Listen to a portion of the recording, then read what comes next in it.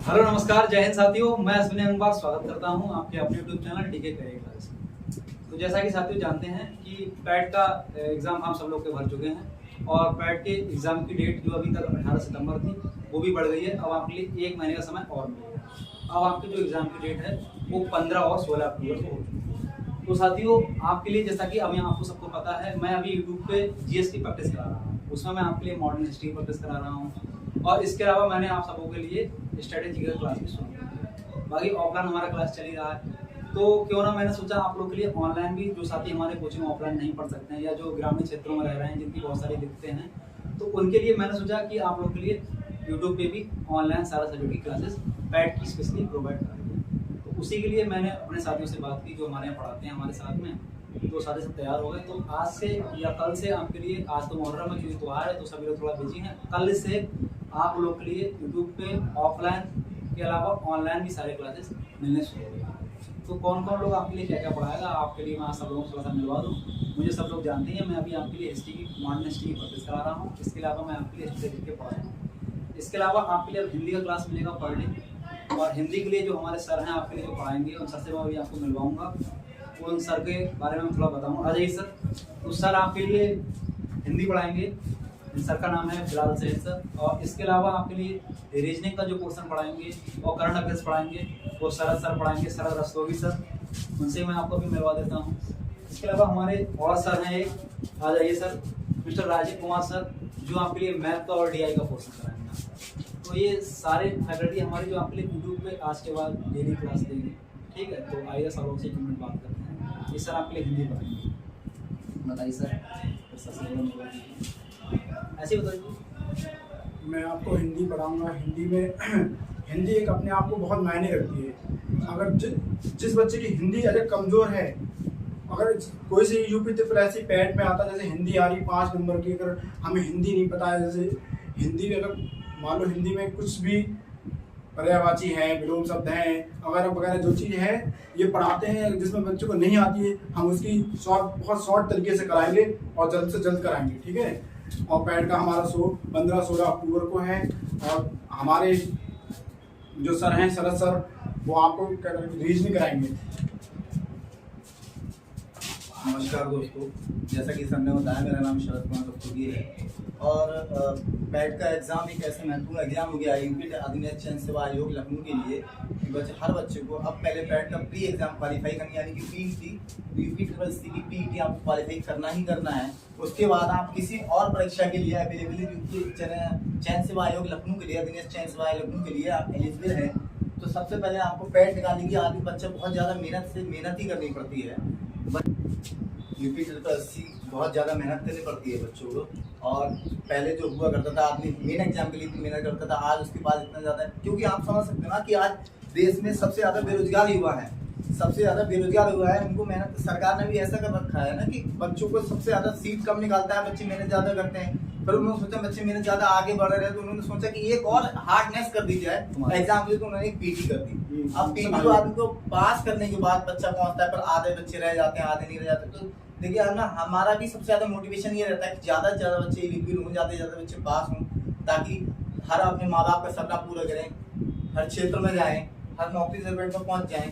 तो अब हम बताते हैं ना कि रीजनिंग में क्या है कि रीजनिंग को ज़्यादा, रीजनिंग का मतलब यह तर्क शक्ति, आपका जितना दिमाग, बौद्धिक क्षमता जितनी ज़्यादा आपकी काम कर सके, वह तर्क शक्ति, आप जितना तर्क वितर्क कर सकते हैं। रीजनिंग का कोई अपना कोई दायरा नहीं है। रीजनिंग में सिर्फ आपको कुछ नहीं करना है। रीजनिंग का ऐसा कोई दायरा नहीं है आपकी बिल्कुल रुका हुआ दायरा है कि मैं इस दायरे में ही रहूंगा। रीजनिंग को कोई दायरा नहीं है। आपके पास जो माइंड से अपना आप लॉजिक लगा सकते हैं, रीजनिंग में चलने के लिए वो लॉजिक लगा सकते हैं। मैं आपको ऐसे के ऐसे छोटी छोटी वर्ड लेके चलूंगा जो रीजनिंग का हर एक छोटा छोटा लॉजिक आपको लग जाए, जिससे आपको रीजनिंग में काम करने के लिए, मतलब रीजनिंग क्वेश्चन का अबाउट 10 सेकंड में करने का बहुत ज्यादा हेल्प मिल जाए, मदद मिल जाए।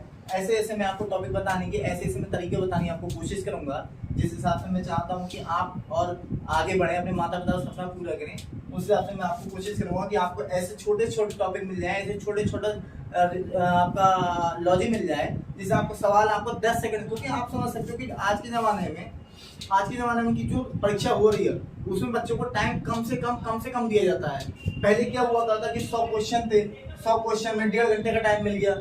आज 100 क्वेश्चन है और बच्चे को 50 मिनट का टाइम मिलता है। यानी कि अगर आप सोच लीजिए कि 30 सेकंड में आपको एक क्वेश्चन हल करना है, आप मैथ भी है उसमें, आपका जीएस भी है, हिंदी भी है, रीजनिंग भी है। अगर आप एक ही विषय पर ज्यादा टाइम लगाएंगे तो आपको परीक्षा कैसे पास करने मिलेगी। इसलिए सबसे सुगम उपाय है कि आप उस चीज को कम से कम ऐसे शॉर्ट तरीके से सीखने की कोशिश करें जिससे आपका क्वेश्चन जल्दी से जल्दी हल हो, आप परीक्षा में आगे निकले। मेरी तो बस यही दुआ है कि आप जितने लोग मेरी वीडियो देख रहे हैं सभी लोग परीक्षा में आगे निकले, सभी लोग पैट क्वालिफाई करें, अपने अपने नए नए ऑफिशियल रैंक में चले जाएं, जहाँ आपको लग जाए कोई लिखपाल बन जाता है, कोई वीडियो बन जाता है। मेरी तो यही शुभकामना है कि आप सब लोग आगे निकल जाए, माँ बाप का सपना पूरे करें। मैं आपको ये कोशिश करूंगा अपने तरह से कि आप, मेरा उत्तरदायित्व ये है कि मैं इतनी ज्यादा कोशिश करूंगा कि आपका क्वेश्चन 10 सेकंड के एबव सॉल्व हो जाए। ठीक है, मैं आपको रीजनिंग में ओडीटी को जो भी सिलेबस है, रीजनिंग फिलहाल ज्यादा नहीं आती है 5 साल, लेकिन आपको पता है कि आज के फाइट के दौर में लगभग अगर 10,000 फॉर्म पढ़ते हैं तो उसमें 10,000 फॉर्म में 10 लाख लोग फॉर्म डालते हैं। आप जब वाली कि एक सीट पर 10,000 लोगों का अंतर आता है, मतलब एक सीट पे 1,000 लोगों का अंतर आता है, आपको 1,000 लोगों से फाइट करनी होती है। फिर फाइट करने के बाद आप पहुंचे, आज 10,000 वैकेंसी निकलती है, 8,000 वैकेंसी भरी जाती है। आपको उनसे आगे निकलना है। आगे निकलने के लिए आपको कोई ना कोई उपाय तो ढूंढना पड़ेगा कि आपको कैसे आगे जाना चाहिए। ये भाग दौड़ का क्षेत्र, भाग दौड़ का जमाना है, इसमें आपको जब तक आप भागेंगे नहीं, दौड़ेंगे नहीं, तब तक आप पीछे रह जाएंगे। कहा गया है कि छोटे मेरे पिताजी कहा करते थे, उन्होंने एक शेर में बोला है, तो मैं आपको बताना चाहता हूँ कि गिर के उठो, उठ के दौड़ो, गिर के उठो, उठ के दौड़ो, संग आओ मेरे साथ साथ। गिर के उठो, उठ के दौड़ो, संग आओ मेरे साथ साथ, शर्त में लिखी गांधी चोट सहलाने की बात। यानी कहने का मतलब है कि अगर आप पीछे रह गए तो आप जाओ, पीछे मत समझिए, आप फिर उठिए, फिर चलिए, आगे बढ़िए। आप ये समझ रहे कि आज मैं पीछे रह गया फिर बैठे चलो मैं आराम से बात में कर लूंगा, तो आप जवानी से बहुत पीछे रहे हो, जमीन बहुत आगे चल रहा है। आज आप एक दिन भी पीछे हैं तो आपको एक दिन में कवर करने के लिए 5 दिनों का सिलेबस पढ़ना पड़ेगा, तब आप उस एक दिन को कवर कर सकते हैं। मेरे बस आपसे यही कहना है। और मेरे साथी जो साथी भाई हैं, मेरे साथी दोस्त हैं, राजीव कुमार गंगवार जी, आपको कुछ बातें बोलेंगे। नमस्कार, मैं राजीव कुमार आपके पीईटी सिलेबस के लिए मैथ और डीआई का सिलेबस कराऊंगा कंप्लीट, पूर्ण जो भी है आपका पीईटी में आएगा। बाकी मैथ का वेटेज सबसे ज़्यादा है इस एग्जाम में, क्योंकि 20 नंबर का तो डीआई हो जाता है, 10 नंबर का टेबलो डीआई और 10 नंबर का जो अपना सर्किल वाला डीआई है वो है, 5 नंबर का जो अपना जो मैथ के जो टॉपिक दिए छोटे ये टॉपिक है 5 नंबर के।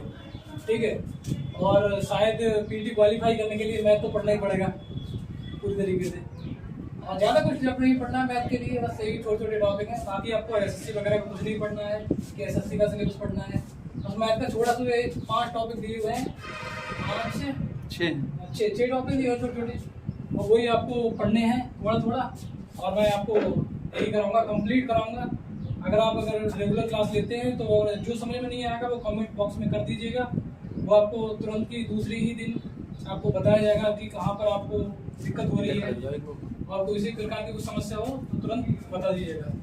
ठीक है, और बाकी जो टॉपिक हैं जो लिख दिए हैं मैंने, जो आपके मैथ के जो टॉपिक हैं जो आपको पढ़ाए जाएंगे।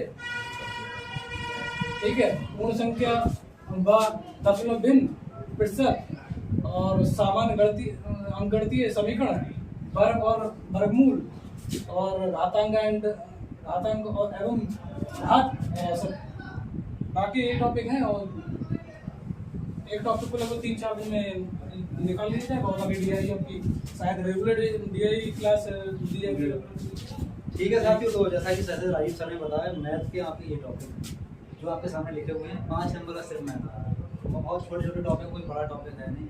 सर आपका बहुत आराम से करा देंगे 10-15 दिन में।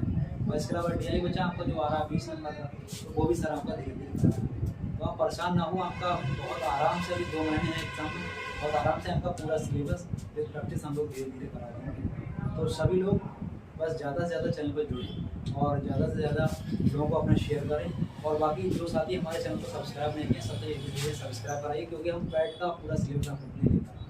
ठीक है साथियों, तो इसी के साथ आते हैं क्लास यहीं समाप्त।